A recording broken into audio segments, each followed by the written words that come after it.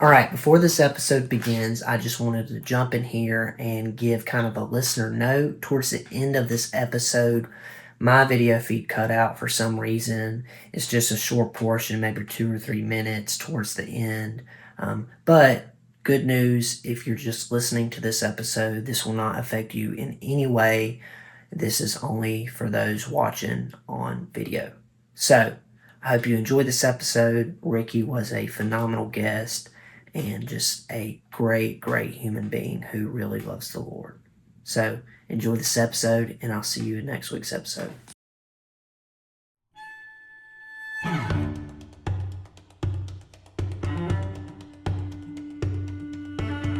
I'm Levi Steele, and this is the Ordinary People Podcast.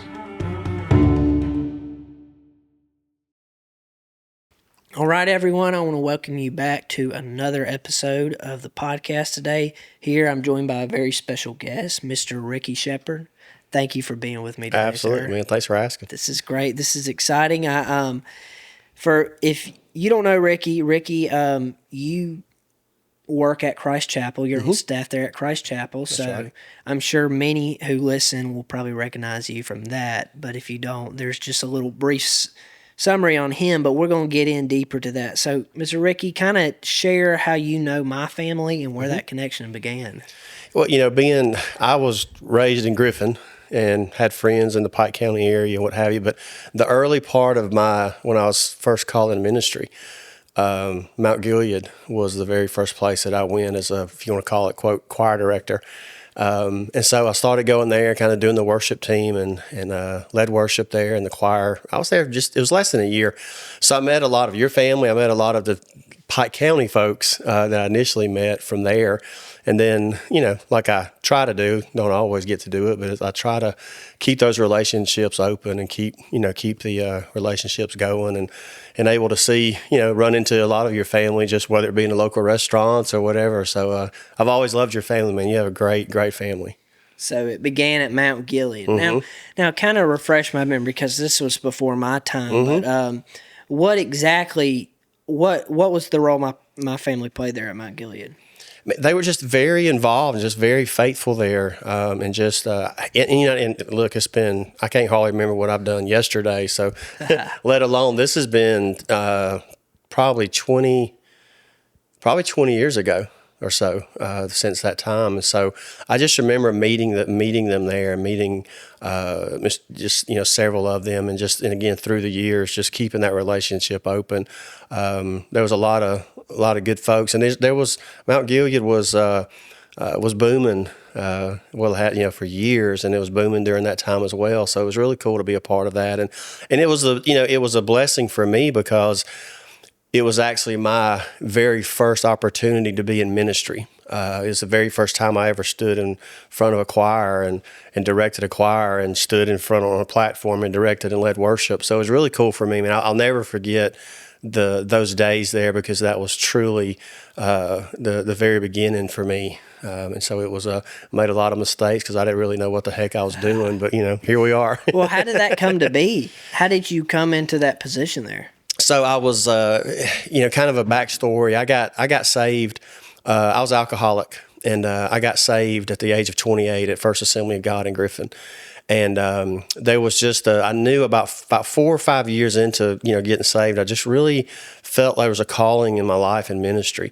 And I always loved music. Never had a music lesson. I was raised in music. I've never had a music lesson. I don't play any instruments. I hear harmonies and can teach harmonies, what have you.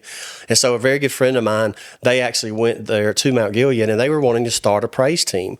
And so I was kind of on the verge of leaving the church that I was at the time, and so they'd asked me if I'd come and help start a praise team. And so every Tuesday night I would go to Mount Gilead, and I would meet with the 5, 6, 8 people, whoever showed up, and we would just kind of start developing and singing and teaching harmonies of a praise team. And so I remember one Sunday, we had multiple services at my church. And I remember going to the early service. I went and sang in the choir and did what I normally would do. And I just felt like, I've never even heard this praise team sing other than just rehearsal. So I'm going to go to Mount Gilead after our service. I'm going to go there and just, see them in action. And so after that service, I was there. And after that service, Brother Ted Moody was the pastor there at the time.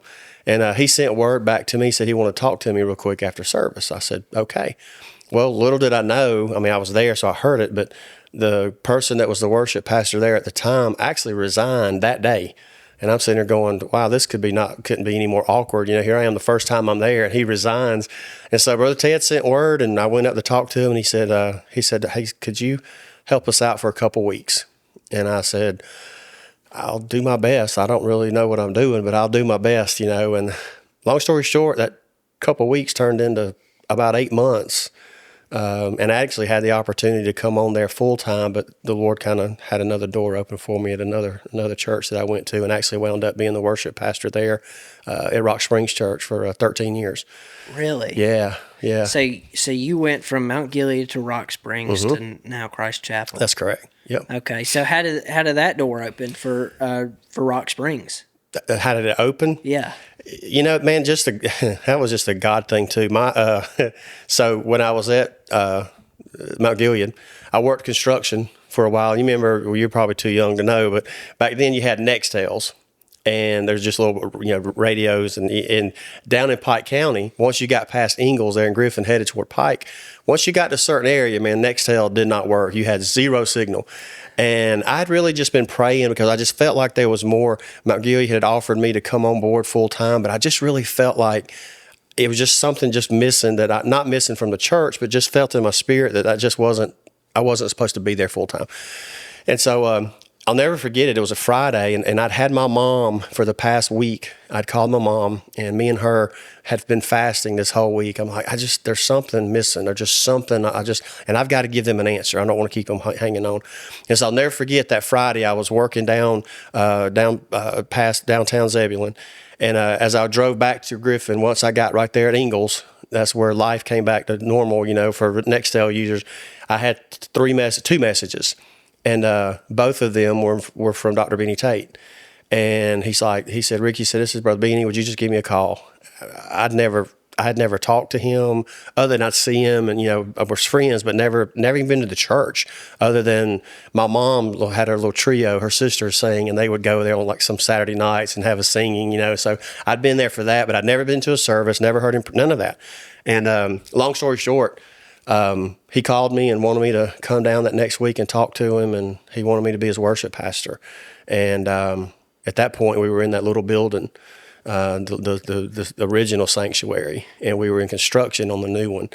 And so that was that's just how God just kind of laid it all out, and I went there and was there for 13 years. That's incredible. Yeah. That's incredible. It's a good ride. I'm sure you met some great people on the way. Oh yeah. Yeah. So let's backtrack a little bit and to kind of your testimony, because you talked about you getting saved at 28. So let's dive even farther back and into your childhood.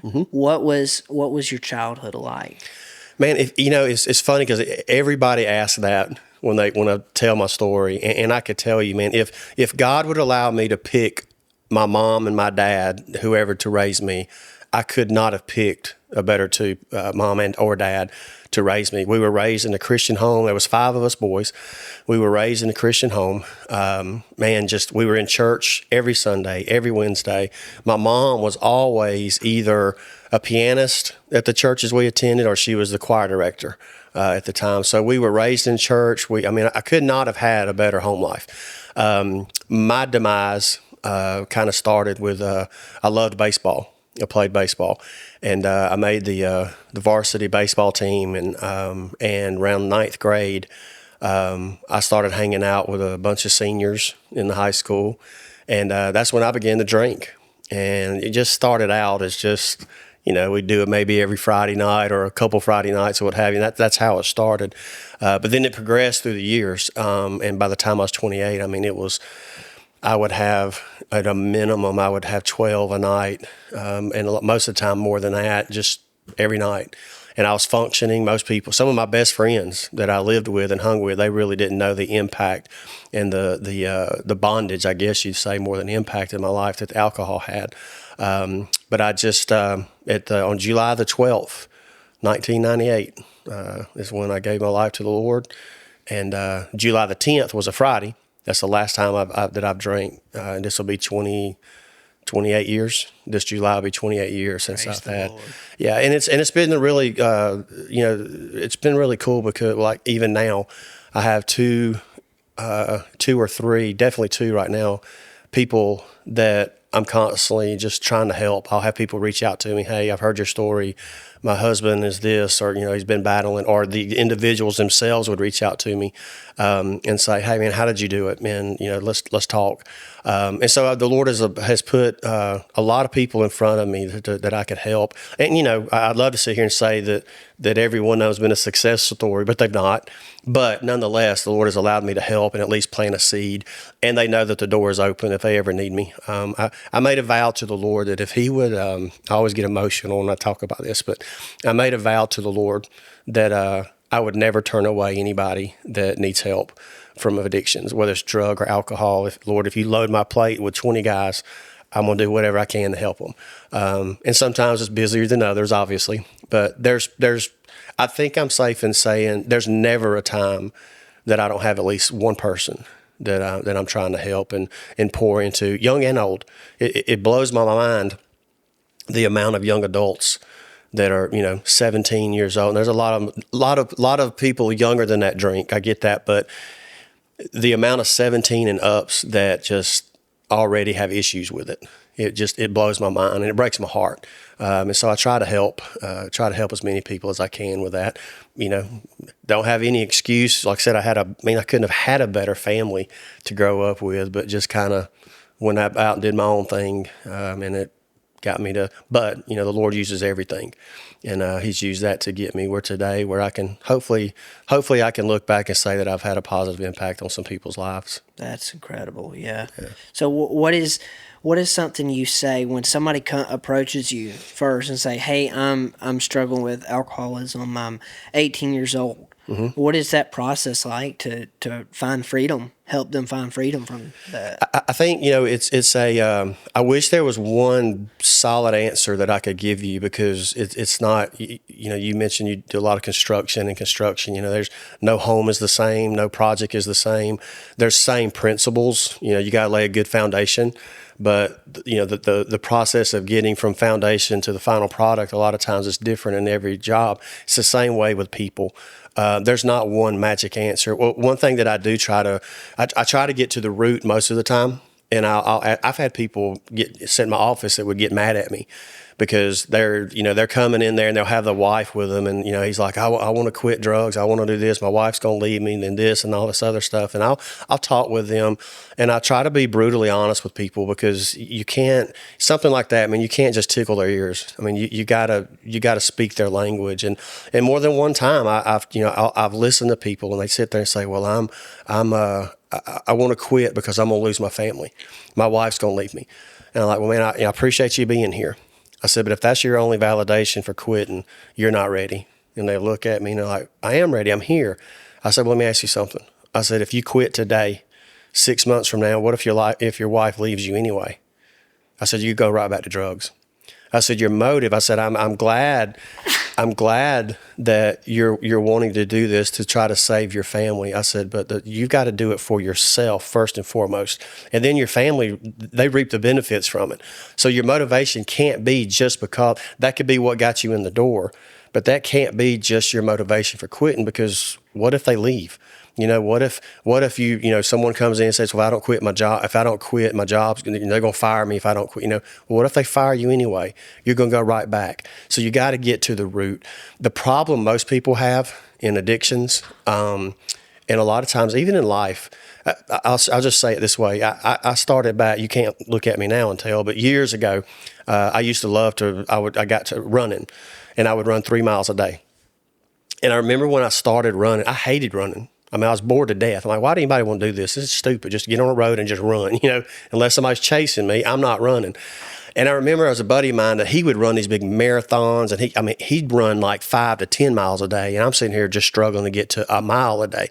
And I asked him one time, I said, man, how can you run that far and not get bored to death? And he said, well, you're focusing on the wrong thing. I said, what do you mean? He said, you're focusing on the mile or the 3 mile. He said, I run pole to pole.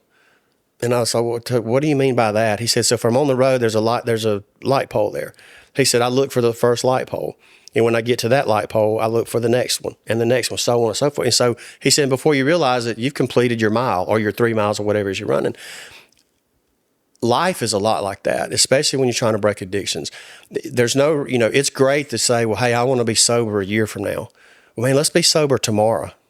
And then after tomorrow, let's be sober the next day, pole to pole. There's nothing wrong with having a long-term vision, but you got to have some short-term goals to get you to that vision. And so I encourage people. There's probably people that'll hear this that maybe have talked to me at one point or another, and they've heard this pole to pole till they're sick of it. But it is so true. If you can just take it pole to pole, we hear in the church world day to day. Day one day at a time, Lord, one day at a time. That's fine. But I use it as pole to pole. It helped me in getting me motivated to run. And I've never forgot that principle. And there's so many ways that we can use that, just not just running, but in trying to break addictions as well. That's the whole concept too, with the 1% better every day. That's right. That's exactly right. 1% better. That's right. Yeah.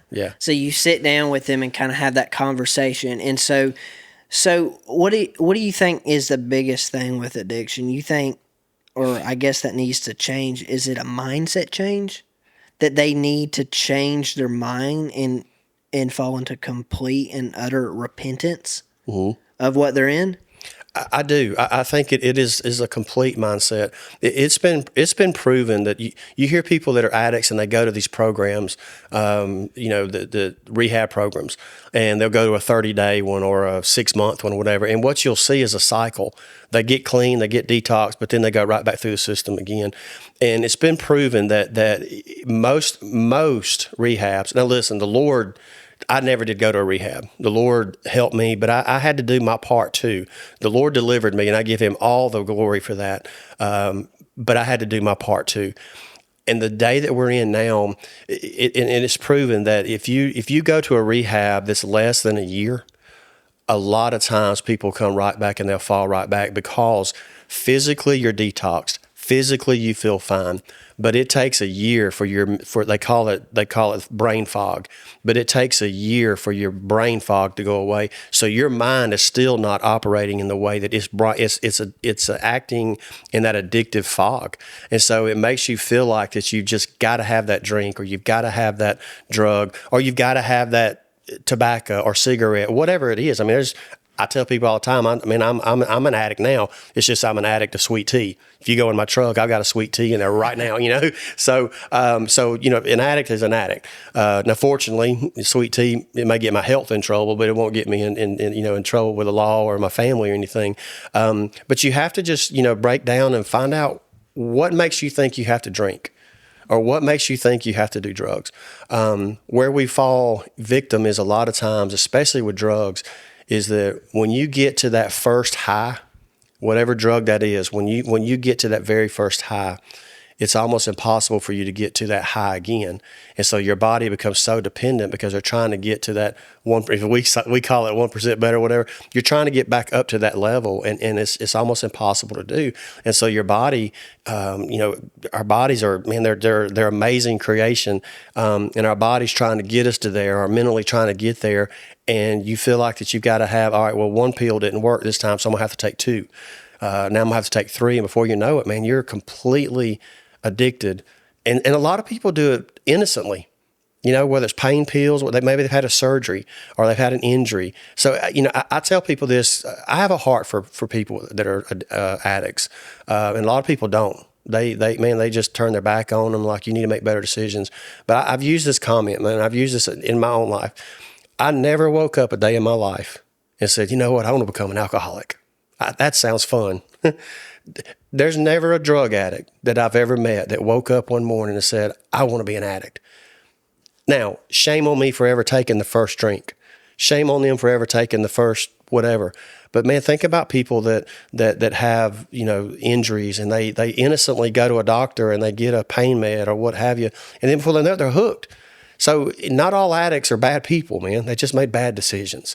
It breaks my heart to see anyone that's hooked on anything, because I know there's such a better life out there for them. With high schoolers and drinking, because that's culturally, I mean, it's becoming more and more popular. Absolutely. And I mean, I was homeschooled. Mm-hmm. I wasn't involved in circles like that. I've been Mm-hmm. blessed with a great group of friends. A majority of most, like Ben Mm-hmm. Richardson. Yeah, yeah. Ben has been one of my best friends my whole life Yeah, from it's a good Mountain dude. Gap.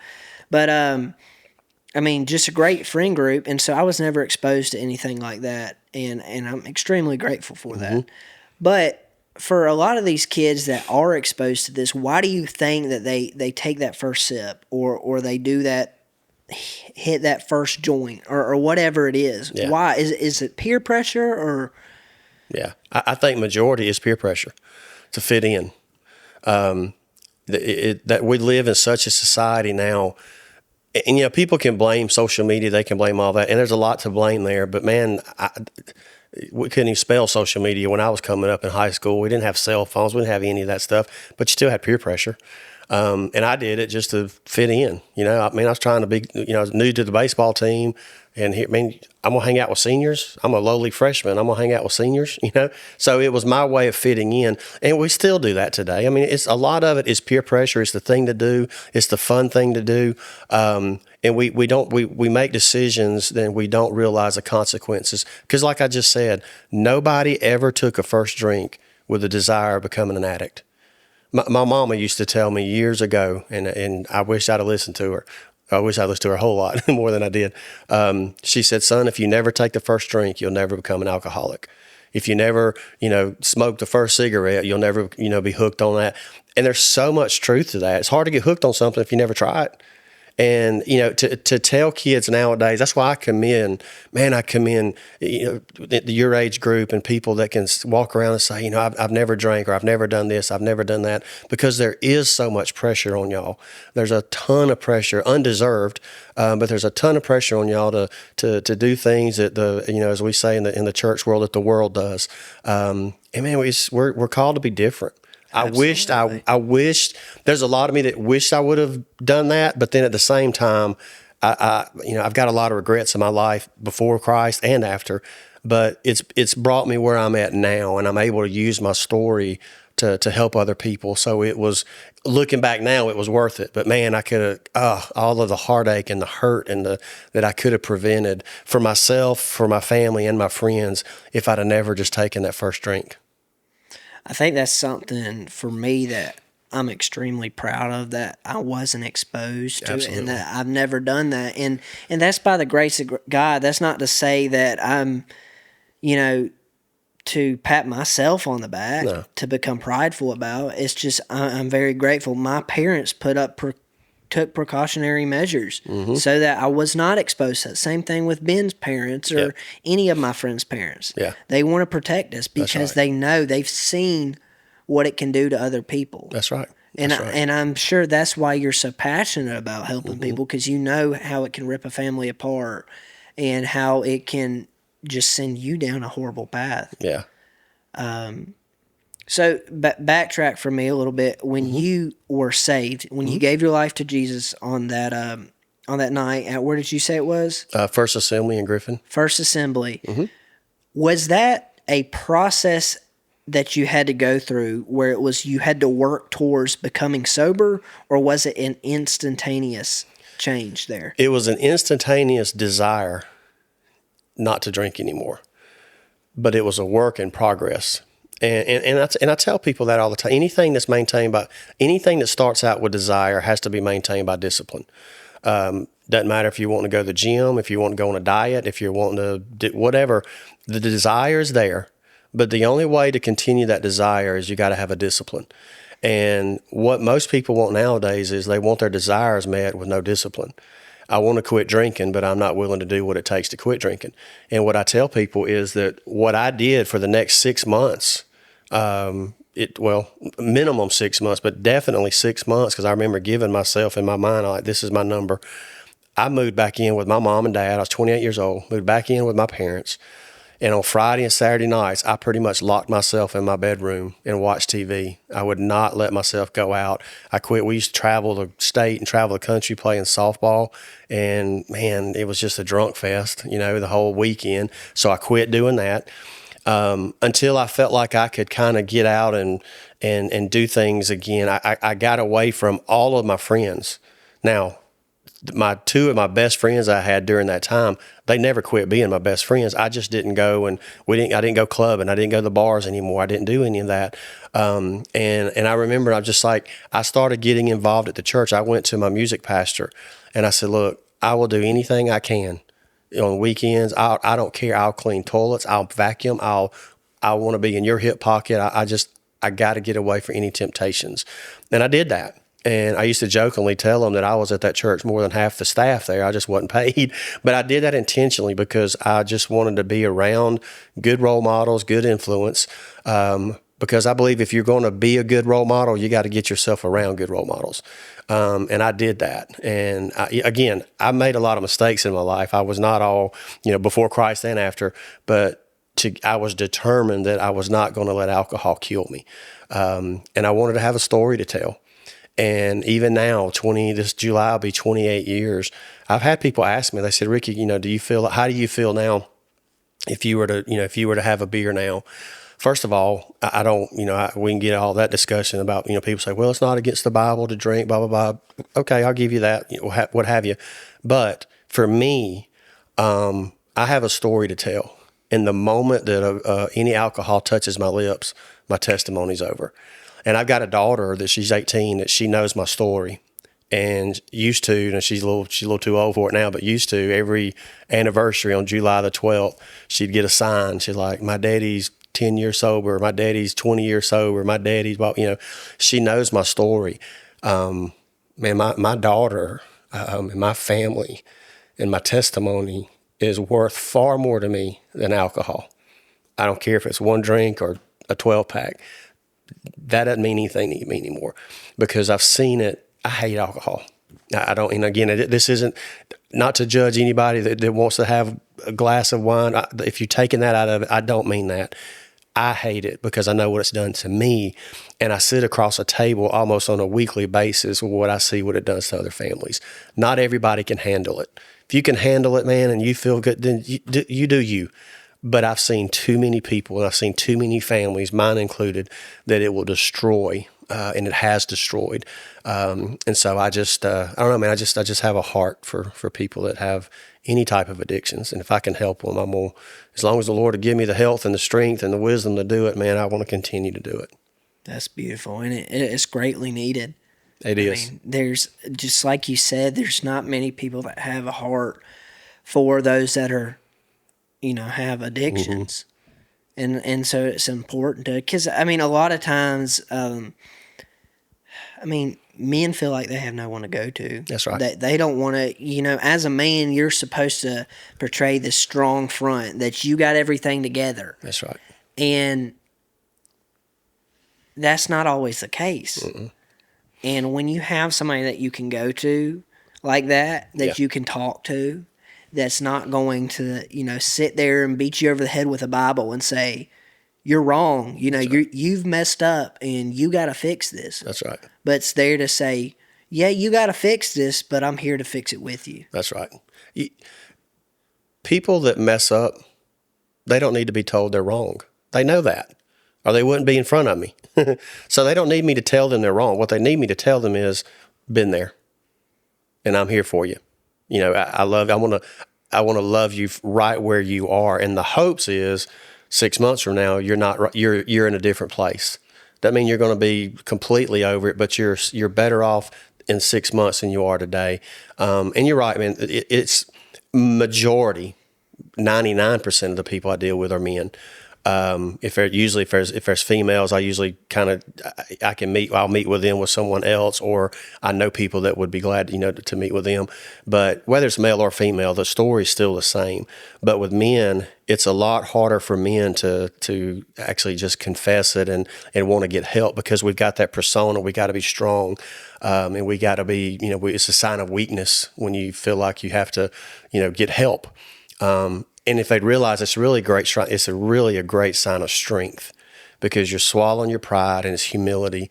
Jesus was the most humble person that I've ever, quote, met, but yet he was the strongest man I've ever met. And humility is not weak. Humility is a strength. Hard-headedness and stubbornness, that's a weakness. That's not a strength. And when you can put that in perspective and realize that I'm not weak by doing this. I'm actually strong because I'm going to be better. I'm going to get help, and I'm going to be better tomorrow for my family and for myself and for my career or whatever that is. But you hit the nail on the head that it is a lot harder for men to come and get help because they see it as a sign of weakness and defeat. Why do you think pride is such a big deal as a man?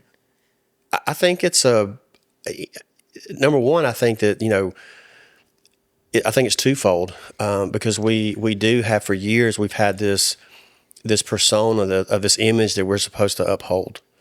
We're the leader of the home. We're the strong one. We're this. We're the provider. We're this. We're that. And all of those things are true. But I think we take that out. We kind of put in our own definition of what that means. And I think now, I think it's kind of reversed because in our society today, we've tried to dumb down and we've tried to weaken the role of a man. And so a lot of men try to go and you overemphasize or you try to overcorrect. It's like if you're going down the road, and when I learned to drive, and I even tell my daughter that now, if you're going down the road and you kind of run off the road a little bit, you don't overcorrect. You're going to crash. If you'll just ease back up on that road, you'll be okay. But man, if you slide off that road and then you overcorrect, you're going to twit. I think we're in a society of overcorrecting, especially as men, because they're trying to weaken the role of the man. And so when we see that, we're like, well, by God, if I'm not a weak man, I'm going to do this. So we're trying to do whatever we can to overcorrect the stigma or the dogma that's been placed on us as men.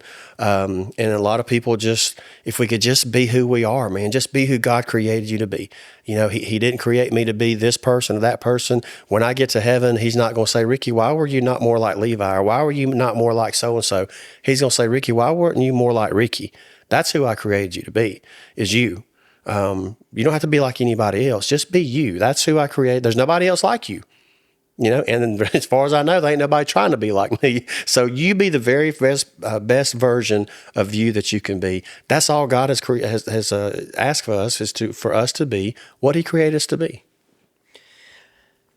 Did you ever desire any alcohol after the day you were saved? Oh, heck yeah. Absolutely. Yeah. Matter of fact, I've told people, and I'm just being honest, man. I had desire shortly after, without a doubt, which is the reason I got away from it completely. But I've been through the years, I've been in situations where I've had people, I've been at dinner or at a function, whether it be through, a thing with a network of like the Chamber of Commerce with alcohol's around it and I'm there. And so I've had a couple moments where but the two, and without going into great details, but I went through a pretty dark time in my life about 8 years ago, and that's the closest. 2 times the closest I've ever come. I didn't drink, but man, I was that close to going like, you know what, a drink would be good right now. The other time was during COVID, and what COVID did to me. I'm a people person. I'd go out here and talk to a telephone pole if I thought it would talk back to me. I'm a people person. God has called me to be, I love people. And when COVID happened and we got isolated, it took me away from my church, people. It took me away from my choir, people. It took me away from going to hospital visits, people. And it made me by myself. And COVID was very, very difficult for me mentally. Again, never went back drinking, but the 2 closest times I've had, that would be the 2 that I had a desire. And, if there's times, man, that, the enemy comes in us and he knows our weaknesses. I truly believe if we were sitting here right now and you were drinking a cold beer while me and you were talking, I'm good. I'm fine and what have you. But there have been times where I've thought about, I'm like, man, a cold beer would be good right now. But I'm at a point now to where, like I told you, my testimony, my story means more to me than a drink. I've worked with the Lord's help, man. I've worked hard for going on 26 years to have the testimony that you can quit alcohol and never touch it again. And I want to continue that. What do you think the issue is with addictions? You think a lot of times it can begin as like a substitute for something, like with what you were saying with COVID. Mm-hmm. You desired the alcohol as a substitute Mm-hmm. for the lack of human interaction you were having. Mm-hmm. You think for a lot of people it's a substitute for something, or they're under so much pressure, so much stress, there's so much anxiety in my life right now that this thing is the only relief I'm getting? Yeah, I think it's twofold. First, to answer that point A, yes. I had a conversation just last week, or maybe week before last, with a young man that's battling some alcohol. He's not an addict, but he realizes he could be pretty close to it if he don't get some help. And so, so we'll talk to me about that, man. When do you desire it the most? And without a doubt, every time he desired it was, after a long day's work, or if he was stressed or this or that, it was just to knock the edge off, what have you. So I think we use that as a crutch to, as they say, knock the edge off. I think that is a big thing that gets us started. But then the other thing is that we're all creatures of habit. My habits, I told you about the sweet tea.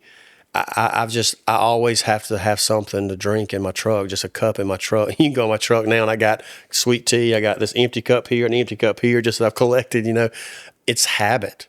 And a lot of things that we get ourselves into, good or bad, are just habits. We're all creatures of habit. And I try to use that as a plus, actually, that look, just as much as you got in to start a bad habit, you can start a good one. So we got to find out to what triggers that.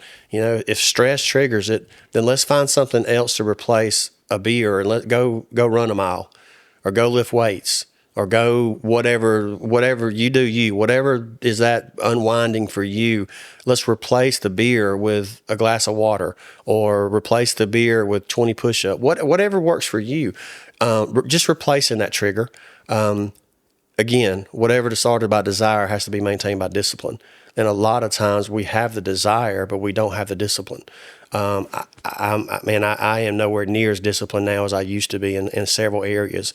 And I'm trying my best to get back to that, because it truly is a discipline. And then once we do something long enough, it becomes a habit. And then you don't even think about it. There's things in your life right now that you don't even think about, that when you get out of bed every morning, or there's things that you do without even thinking, that you haven't always done, but it's just become a habit through the years. And so now you do it without thinking. That can be good or bad. And so I try to tell them, just like, whatever habits you're into now in a negative connotation, let's switch that and let's find good habits. And again, I preach to myself a lot in that too. When we're under so much stress, why do you think so often we run with the substitute thing? We substitute the alcohol, the drugs, whatever, to knock the edge off, instead of running to God for the answer. Yeah. I think, and it's funny you said that, because in my mind, I'm sitting here thinking, I think a lot of times the enemy is alive and well. And when we mess up, the enemy has already told us that we're a failure, and that God will never forgive you, then God doesn't love you, all those negative things that he throws out there. And a lot of times we just run and hide from God. That's our way of hiding. Just like Adam and Eve in the garden, they hid, and I feel like that is for whatever reason, it's just so much easier in our mind to run away from him than to him. I think a lot of that, again, is the shame, which God doesn't shame us. He just convicts us. That's the enemy causing shame. God convicts us. That's God loves you no matter what. I got through telling you, I don't need to tell anybody when they've messed up. They already know. They just need to know that I love them and I'm going to help them. I don't agree with what you did, but I can love you anyway, and I can love you through it. And we get in the sad thing with and I know you didn't ask this, but I want to kind of go that direction, because the sad thing about a lot of churches today and a lot of Christians is that we feel like that if we in any way support that person that failed, that we're condoning what they're doing, and that's not it at all. We're to love that person. If we don't love them, who is? If we don't offer grace, who's going to? And I always try to err on the side of grace. I would rather not be known for a person that gave too much grace than not enough. Yes, you're going to get bit. I've told you, we started out talking about all the number of men that I've tried to help and addictions and what have you. I've been bit many, many times, but I'm still going to offer grace, because God has given me more grace than I deserve. And I want to be that person known that He offered more grace than and loved me anyway. That doesn't mean that I condone what you did, but I just want to help you through it. I want to. If I can't help you, and if we as Christians don't help those that have fallen, then who is? There's two options. It's Jesus, or it's the world, or it's the enemy. That's the only two options last time I checked. And so if we can't try to take them to heaven, well, there's only one other option, and it's hell. And I don't want to do that. I want to do everything I can to love on people right where they are. You don't have to do a thing for me, man. I'm going to love you right where you are. And the hopes is, in a couple weeks, months, what have you, that you're not where you were when I found you. I want you better. When I leave you, I want you better than you were when I found you. Why so often are we greedy with our grace that we give to people?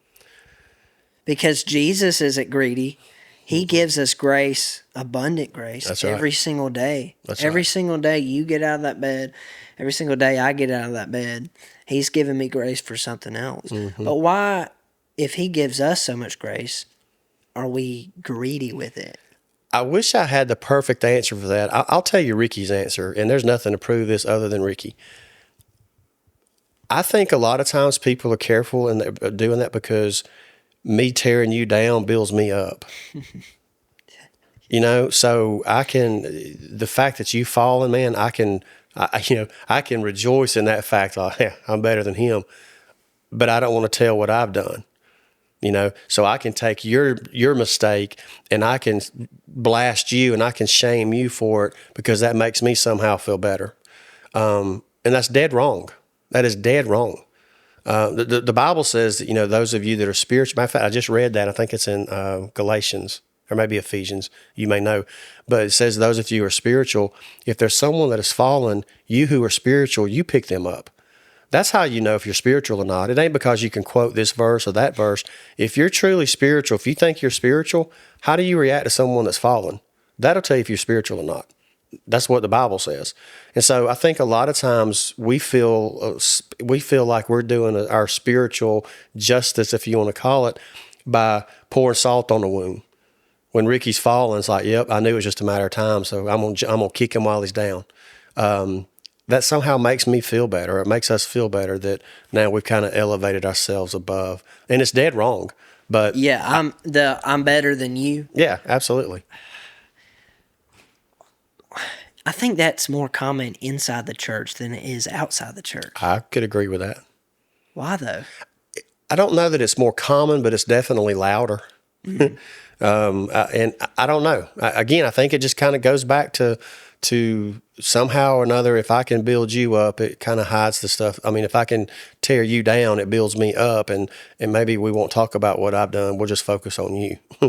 And that somehow makes us feel better. But that was if you think about it though, those are the people that Jesus always had a problem with. That was the Pharisees and the Sadducees. That was the people that knew the Bible. They were scholars.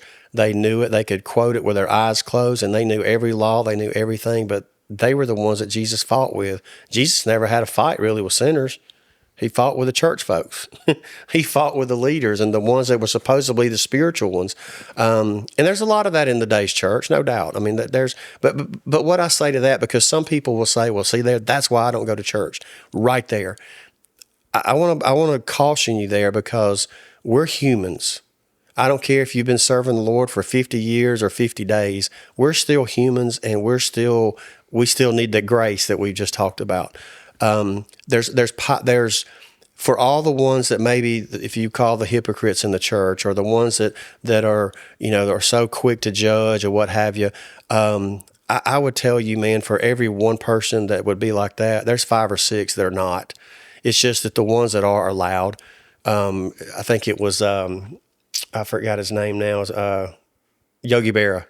He said it years ago. He said that the loudest boos come from the cheapest seats. He played baseball for the New York Yankees. Loudest boos come from the cheapest seats, and that is so true. It's loud. The ones that do it are loud, but it's not the majority.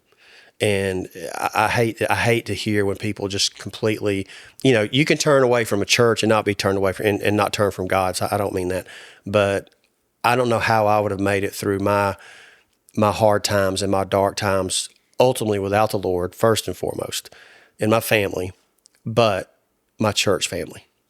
Because there's some good, solid people in every church.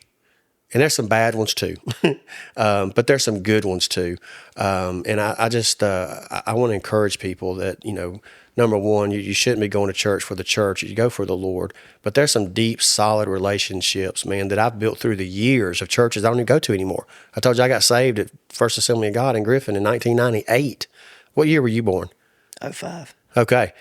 I've got friends still to this day that I met at that church that are dear friends of mine, solid Christians. Solid people. Those relationships are that, as far as I'm concerned, will never end. Some good, solid people that I met at church.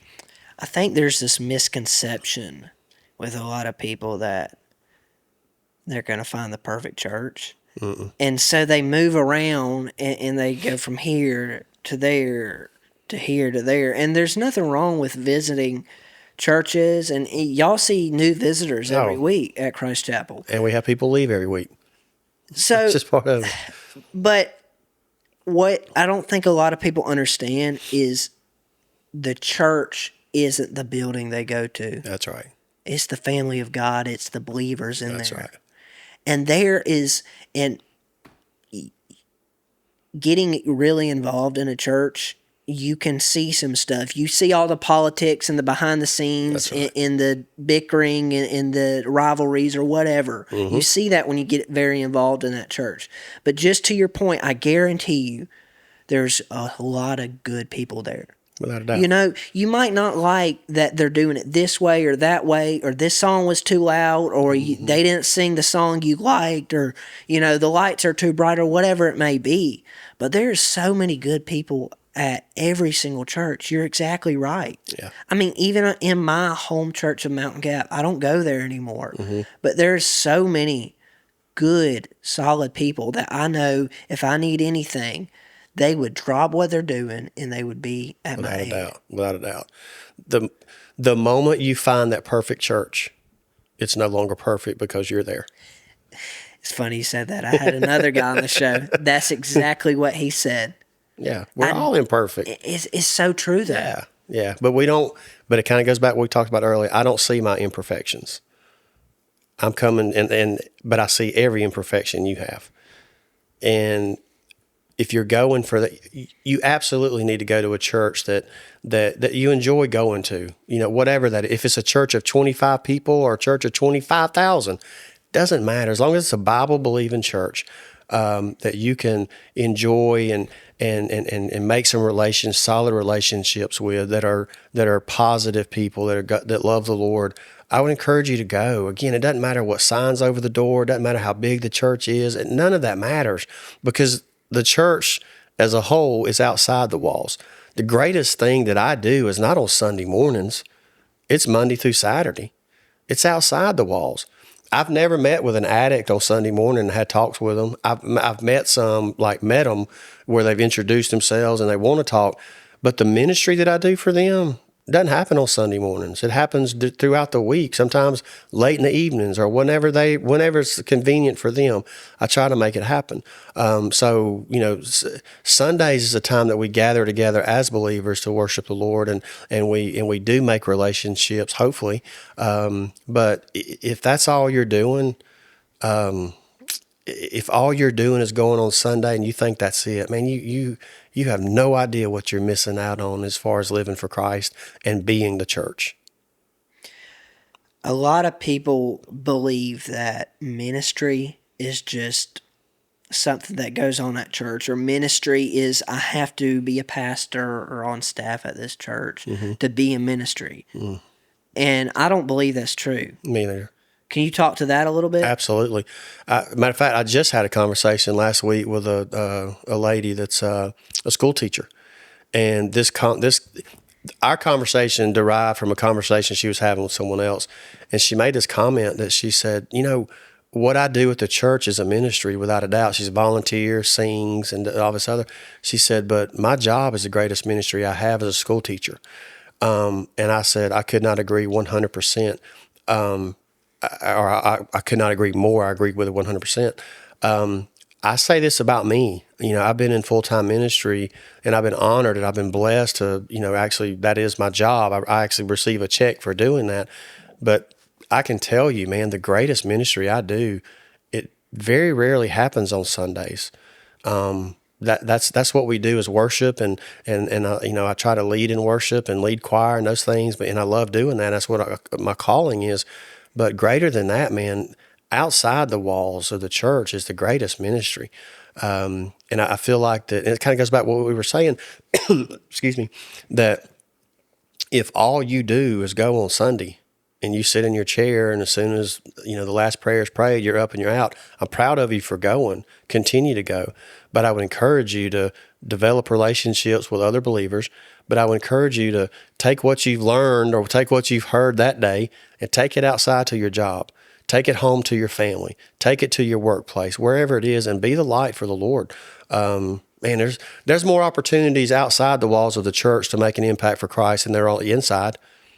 I mean, there's people that come to church every Sunday that are unbelievers.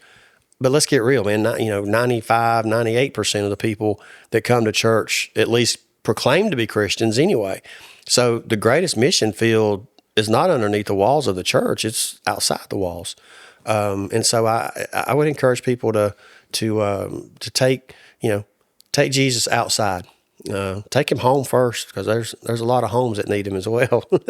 So I go to New Hope Baptist Church over on New Hope Road. And I've been meeting with the pastor. We'll meet at Waffle House every other weekend or every other Friday morning. And we've been going through this book, and it's all about ministry within your job. And how there's opportunity within every job for ministry within that job. That's right. You know what I'm saying? So like me, there's certain things that I've never thought of reading through this book that I'm like, yeah, I do have opportunities every day to share Jesus' love. And maybe it's not initially a proclamation of faith or sharing Jesus with them, but it's a way you carry yourself, an attitude you have initially. That's right. To get your foot in the door and build that relationship with that person in order to eventually share Jesus with them. And it's really been super encouraging, because for the longest time it was something hard for me. I felt this pressure that if I'm not committing my life to serving the church, that I have no ministry, that I'm just another blue collar worker that's meant to, go to his job and come home and that's his life. And so since really digging into this book, it's kind of given me more meaning to my work. And I just, that is so common, because like, think about it. How many people are on staff at Christ Chapel? Campus wide, I think we've got 43. Okay. So, and how many people do y'all usually run per service? And here in our Zebulon locations, we'll run about right at around 3,000, between 2,500 and 3,000 here. Campus wide, we're between 4 and 4,500. Okay, between 3 services at each campus. No, not every campus has 3. Some of our campuses only have 1. But so with that though, that's 4,500 people, 43 people you have on staff. you 43 people can only reach so many people. Oh, without a doubt. And especially when you're working for the church, because in that church setting, I'm sure there's not many people that don't know the Lord when you're going to the church every single day to do your job. Right. But those 4,500, they go out into the world every single day. Absolutely. And they meet all kinds of people that are messed up, That's that right. are running from God, that need Him more than anything else in their life. That's right. And so it's just that, and I think that's something y'all do well and that y'all understand, but that is just something that I think needs to be pushed just in every church more, is like, you don't have to get on stage and play a guitar and sing into this mic to have ministry. You know, That's I'll give you an example. My girlfriend's going to University of North Georgia to be a NICU nurse. Mm-hmm. And I asked her, I said, I don't want you becoming a NICU nurse to ever become about money. I don't want our lives to ever become about, well, we need this amount of money to keep up with whoever it is, or to keep up with the Joneses. Mm-hmm. And she said, it's not. She said, my job would be my ministry. The Lord has put a deep desire in my heart. That's right. To serve mothers, to serve babies, to serve fathers, because her mother's one. And a lot of times she sees these broken people come in, or, you know, these moms that have a baby daddy or whatever it is. And they're so broken oftentimes. And by the way she carries herself as a nurse, she can be Jesus to them. That's right. They can see Jesus through her. And that, in my girlfriend's life, that's a deep desire for her, is to, you know, that's going to be her ministry. That's going to be how she reaches people for Jesus, for That's the right. kingdom. Absolutely. That's and look, man, we say it all the time. It's, you know, people say, well, I want to be in the ministry. I'm like, then start. But a lot of people's definition of being in the ministry is, I want to work for this church. And that's, although that is ministry. I mean, that is, you know, that's being on staff at the church is part of my ministry. It's what my, you know, I wish it was 9 to 5, but it's what that's my, if you won't call it 9 to 5. But man, that's just the beginning. In the grand scheme of things, that's the smallest part of the ministry. The biggest part is like what we've talked about is, you know, what can I do, you know, outside the walls of the church? And you know, our church is one of the things I love about, you know, about Christ Chapel, as well as a lot of the other churches in our area, is we love on our community. You know, you'll see where we're, you know, at the baseball fields, or we're at the schools, or we're doing this, or doing anything we can do to love on people. We do free, big, huge events at the church, free to the community, just to try to love on them. And we're not asking you for money. We're not asking you to pay for it. You just come and enjoy. Bring your family in a safe environment where you're going to hear a little bit of Jesus. Hope you'll feel a lot of him and hear a little bit about him. It's just loving on the community, because that ministry is far more than getting a paycheck from a church. I mean, so if I'm 55 years old and I've been in it 23 years. So if I retire tomorrow and I stop getting a paycheck from the church, does that mean my ministry's over? No. That means that my job there is over getting a check, but my ministry hopefully will never die till I do. And then I hope it lives on through my daughter after that. Yeah. So yeah, there's a misconception there, and look, and a lot of people do it innocently. I didn't mean to make light of it, but you know, just because when you get caught in the ministry, you know, you don't have to get a check from a church to be in the ministry. Yeah. See ministry in the job you're at now. Absolutely. Try to find the ministry there, the opportunities. Without a doubt. That the Lord has given you. Yeah. Yeah. Yeah. And I feel like y'all have people that are in the workforce and that are not underneath the umbrella of a church. Man, that's a huge ministry, because you're reaching people that I can't, and that we can't, because a lot of people you may be reaching will never step foot in a church. You might be the only Jesus they see. We encourage people. I've heard Pastor Billy say it 100 times that, you know, if you're wanting to be an influence and make a difference in someone's life, you know, start by developing a relationship. You don't have to, very first time that you meet them, and say, hey, I just want you to tell you, I love the Lord, I love Jesus, I'm a Christian. That's great. live it first. Develop a relationship. You said you meet quite often at the Waffle House. Develop a relationship with that server or the cooks or whomever. Yeah, we've begun to. I'm sure you have. And I guarantee you, if you invite that person to church because you've developed a relationship and because you've shown them Jesus, I guarantee you, if you invite them to church, they'd make a way to come at least one time because you've developed a relationship and they trust you. Now, if you're only going to tip them a quarter, probably don't want to invite them to come to church. They're probably not coming. But if you develop those relationships, Jesus was all about relationships. We should be all about relationships. I don't care what type of business you're in. I know AI is this big thing now, what have you, but find me a business, find me a career, find me something that doesn't deal with people.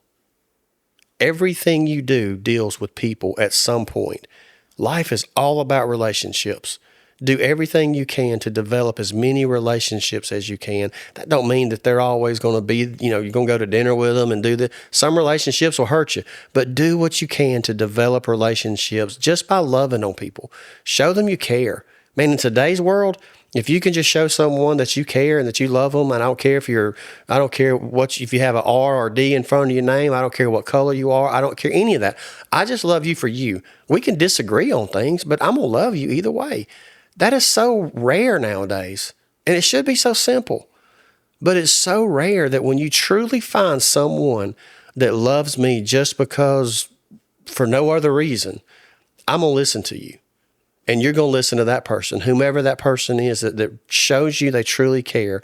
I promise you, man, they're going to listen to you, and they may not agree, but they're going to respect you either way, and then you can make an impact in their life, and like, that guy's different, man. What is different about him? And there you go. Now you can present the gospel. Jesus is different than me. That's what's different. All because you took a little bit of time to care. Absolutely. Care about them, listen. Absolutely. To them. Yeah. Can you talk a little bit to the fact of why is community so important to Christ Chapel? I think because it goes right back to people. We have a saying. It's if we don't win lost people, we don't win.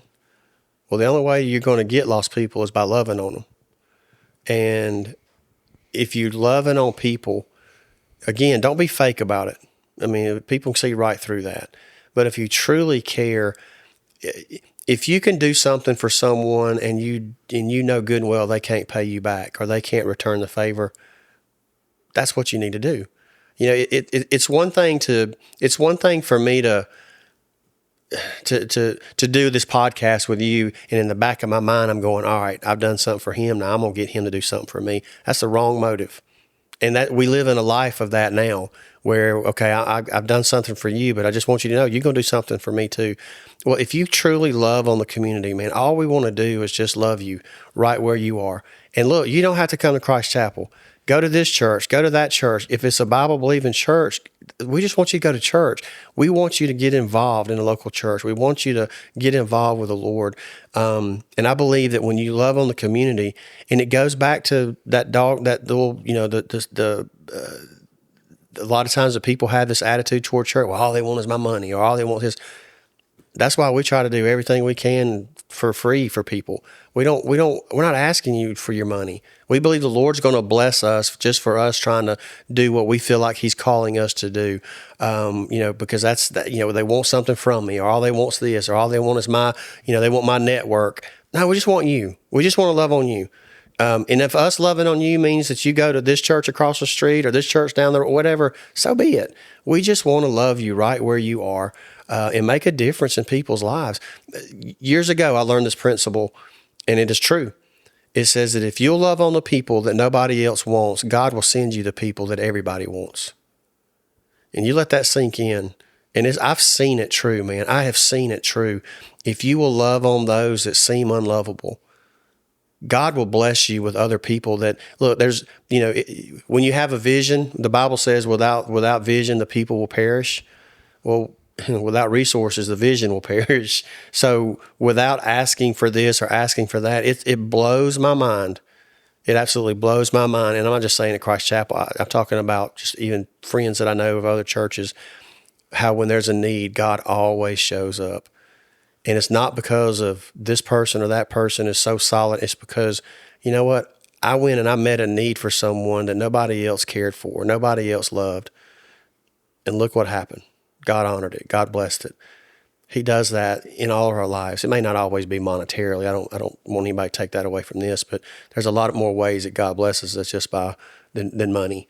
But if you will love on people that nobody else wants, God will send you to people that everybody wants. And I've seen that through the years. Amen. Well, I think that's a good way to close this episode out. Sounds good to me. Man, I sure do appreciate you taking your time to come out here. Yeah, man, an honor to. On this, I know it's right around the corner from you, but it's a cold day and weather's been rough here lately. Yeah. So thank you for doing this, Mr. Ricky. I appreciate you asking, man. Anytime. Yes, sir. Thank you so much. Yes, sir.